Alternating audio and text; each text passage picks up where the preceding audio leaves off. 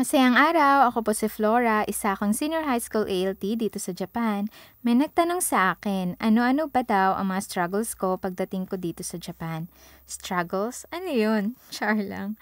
Actually, bukod sa naabutan kami ng pandemic, hindi ko naman masasabing nag-struggle talaga ako pagdating ko dito sa Japan. Kaya ikikwento ko na lang sa inyo ang nangyari sa akin pagdating ko dito sa Hokkaido. Ito nga palang nakikita nyo ay tinatawag na Umimura Garden dito sa Yakumo, Hokkaido. Dati daw itong family villa ng pamilya Umimura, ngunit naging cultural property na ng Yakumo mula noong May 1983. Alam nyo, bawat mapuntahan naming town dito sa Hokkaido ay parang nakadesenyo maging isang tourist attraction. At isa na nga itong town kung saan kami nakatira ngayon. Dumating ako dito sa Hokkaido noong November 2021 pagkatapos naming mag-quarantine for 2 weeks sa Tokyo. Sinundo ako ng JTE ko sa airport. Medyo kinabahan at may halong inggit pa ako noon sa mga kasama ko. Yung iba kasi parang may piyesta yung pagsundo sa kanila. May banner, marami ang nagsundo at kitang-kita yung sobrang excitement nila sa mga dumating na ALT nila. Ako naman, nagbago kasi ang placement ko kaya yung hawak kong name tag, iba ang nakalagay na school name kaya yung JTE ko nalito din. Nung lumapit siya sa akin, nagbatian, picture taking at umalis na din kami. May 3 hours ang biyahe namin by train mula sa Sapporo papuntang Yakumo.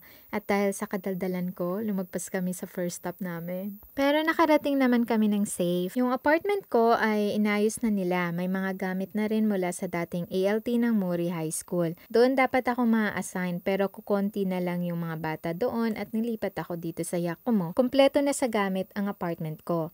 Ang tawag nila dito ay 3LDK. 3 bedrooms, living room, dining, and kitchen. Halos kompleto na ang mga gamit. May bed, bed sheets, futtons, sofa, tables, chairs, rice cooker, ref, washing machine, at mga gamit sa kusina na bigay din ng ibang teachers. Nalaman ko rin na nagtulong-tulong ang mga co-teachers ko na linisin ang bahay. Nung gabi din yon, nag-grocery din kami at bumili ng konting gamit. Nag-dinner din kami kasama ang isa pang teacher. Kinabukasan, nag-self-introduction ako sa mga co-teachers ko in Japanese and English. Translate naman ng JTE ko. Inintroduce din ako sa mga estudyante doon sa gym. Hindi naman ako nahirapan pagdating ko dito. Mabait ang supervising JTE ko noon. Inikot niya ako dito sa town. Ginala niya rin ako sa kalapit na city. Dahil di ako marunong mag-Japanese, siya na rin ang translator ko. Nakakachismisan ko din yung ibang teachers. Nagbigay ako ng mga pasalubong sa kanila at binigyan din nila ako. Binigay din ng school ko ang October salary ko. May sahod pala kami noon kahit naka-quarantine sa Tokyo. Noong una, halos self-introduction ang lessons ko sa mga bata.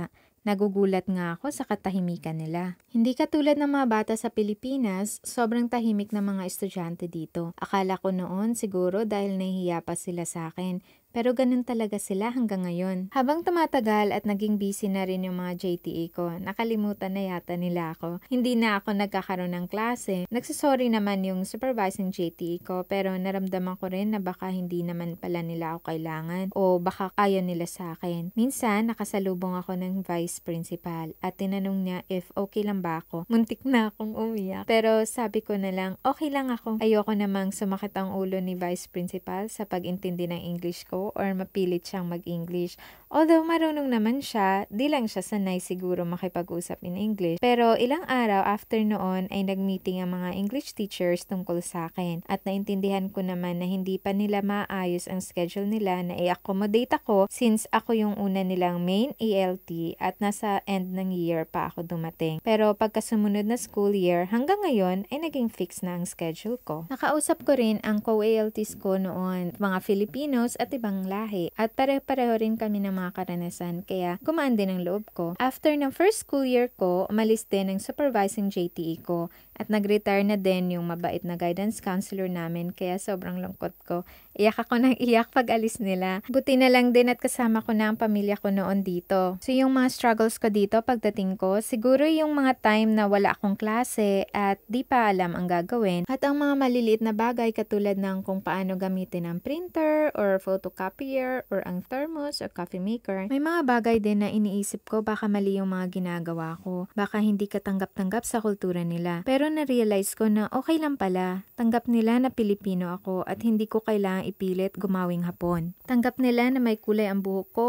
o makukulay ang damit na suot ko. Tanggap nila na imbis yumuko ako kapag nakasalubong ko sila sa hallway para bumati, ay nagwe-wave ako, sabay hi o hello. Tanggap nila na imbis gumamit na ako ng chopsticks ay kutsara at tinidor pa rin ang madalas kong gamitin. Tanggap nila na mga moy adobo ang staff room kapag binuksan ko na ang baon ko. Tanggap nila na palangiti ako o na madaldal ako. Tanggap nila ako na ibang-iba ako sa kanila. Tanggap nila ang pagiging Pilipino ko. Kaya na-realize ko yung ibang struggles ko, ako lang din naman talaga ang may gawa. Kaya kung may problema man, kayang-kaya namang lampasan lahat. Ramdam ko yung tulong ng Panginoon kapag nahihirapan ako o pinapahirapan ko ang sarili ko. Nagpapasalamat ako na hindi ko nararanasan yung mga nakakatakot na bagay na nababasa kong nararanasan ng iba. Pero siguro nga, nasa mindset mo na lang din yun. Nasa iyo na kung paano mo haharapin ang mga bagay-bagay. Pwede mong tanggapin na lang at i-enjoy ang bawat sandali mo dito o magreklamo ng magreklamo at problemahin kahit ang pinakamaliit na bagay. Ako, mas pinili kong namnamin ang bawat oras ko bilang ito ang sagot ng aking mga dasal. Kung mayroon mang hindi magandang bagay na nangyari o mangyayari, iniisip ko na lang, iyon ay mga karanasan kung saan mayroon akong matututunan at siguradong magpapatibay sa akin at kayang-kaya kong lampasan lahat ng mga pagsubok na darating. Hanggang dito na lang po muna. Salamat po sa panonood at pakikinig. Hanggang sa ulitin. Bye!